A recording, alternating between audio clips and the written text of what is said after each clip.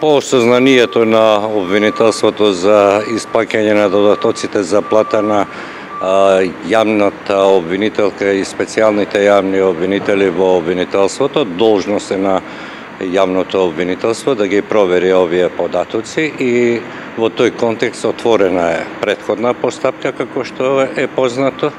Во таа постапка обвинителството се движи во следните насоки.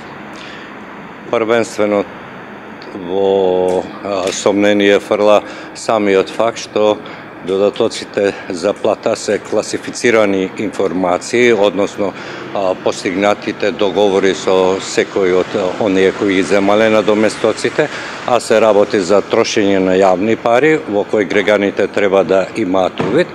Втората насока во која обвинителството ќе се движи е дека платите и додатоците на плати се утврдени согласно законите и другите прописи кои ја регулираат работата на јавните обвинители, така што, како што е познато, јавните обвинители по три основи имаат додатоци на плата, во кои не можат да надминат вкупно повеќе од 35%. Во овие три вида на додатоци има и додаток за доверливост во работата.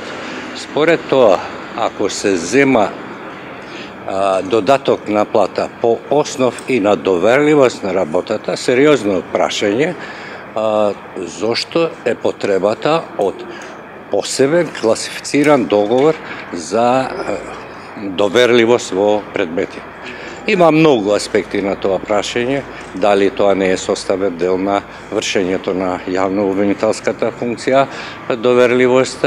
Знаете дека определени постапки или фази од постапки по природа на работите, односно согласно законите, се доверливи, и сите овие факти обвинителството ќе ги испита и од тоа ќе утврди дали има елементи за кривично дело или не. Законот има изрична одредба дека тие додатоци не можат да надминат 35% од основната плата, вкупно трите вида на додатоци за доверливост, за ризик на работа и за услови на работа, и висината на додатокот ја определува раководителот за секој основ посебно. Но законот за сега не стои таа 30% определено.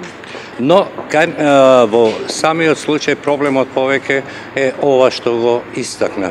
Зошто се првенствените согледувања укажува дека по ист основ два пати се зема плата, и ако видите абсурдите до каде се донесени во делот на трошењето на државните пари, дека, например, еден секретар има повеќе плата од претседателот на државата.